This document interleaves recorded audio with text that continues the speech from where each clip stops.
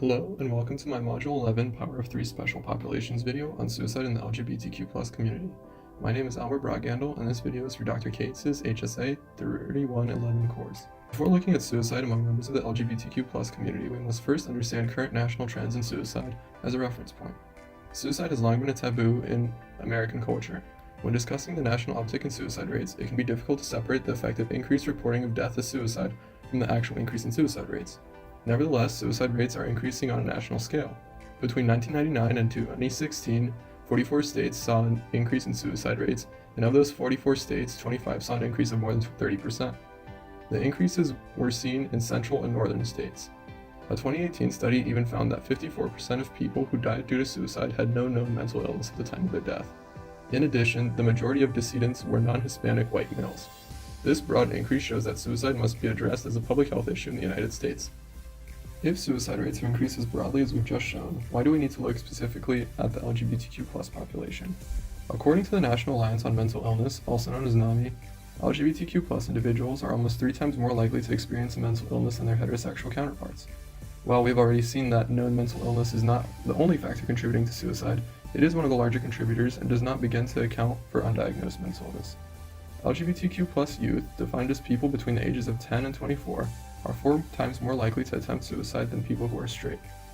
This difference is especially pronounced among transgender individuals, where between 38 and 65% of people experience suicidal ideation. Before we continue, it is important to understand what people comprise the LGBTQ+ population. Between 2.2 and 4% of adults identify as LGBT in the United States. This identity is more commonly reported among younger populations, but this trend may be related to increased social acceptance. Studies have not found significant differences between the racial and ethnic characteristics of LGBT and non-LGBT populations. More people report identifying as LGBT in the east and west of the country than in the south or Midwest. NAMI cites the lack of peer support for the LGBTQ+ population for causing the increased suicide risk seen in its members.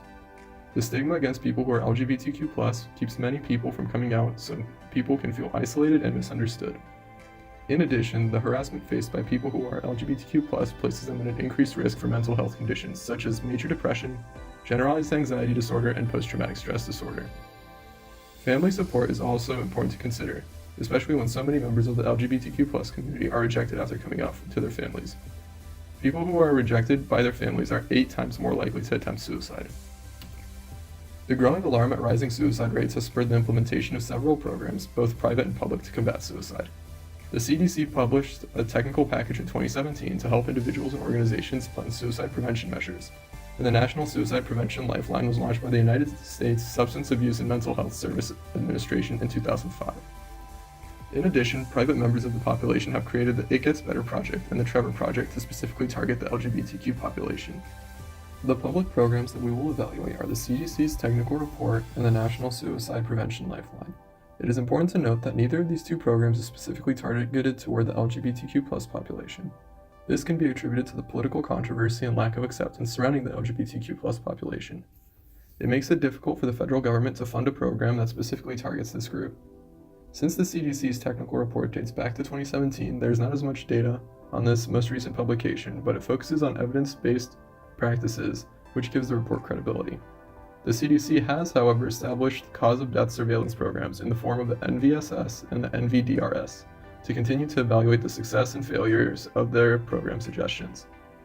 In their report, they recognize that although evidence base for suicide prevention has increased over the past few decades, work must still be done to understand the efficacy of the program suggestions on suicide rates instead of their impact on risk factors. The National Suicide Prevention Lifeline has seen success.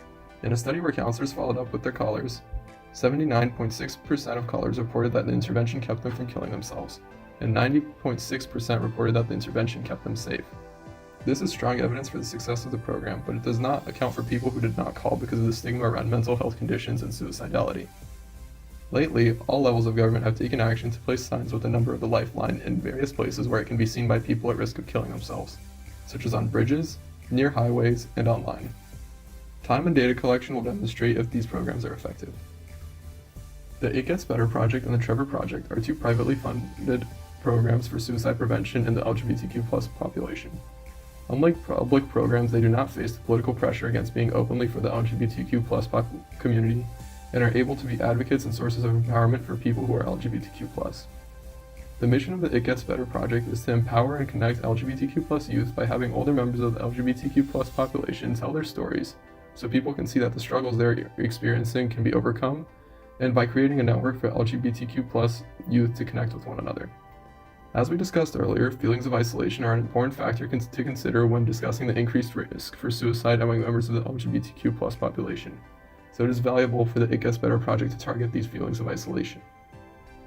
The Trevor Project also seeks to empower LGBTQ+ youth and act as advocates for the LGBTQ+ community.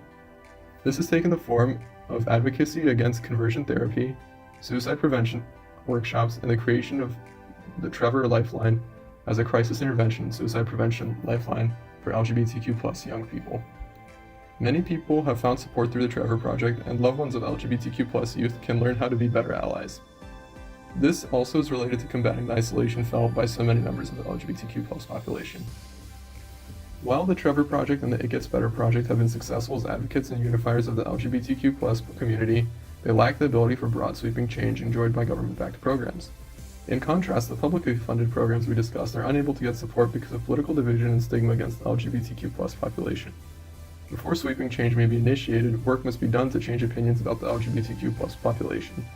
Such programs, which would initially be privately run, would help decrease the stigma and harassment faced by members of the LGBTQ+ population, which would help encourage people to seek help for mental health issues and prevent people from feeling as misunderstood and isolated as they do now.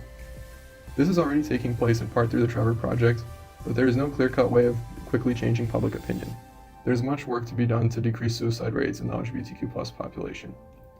Thank you for listening to my video. Please take a minute to consider the 2 discussion questions on the slide, and feel free to comment your answers below.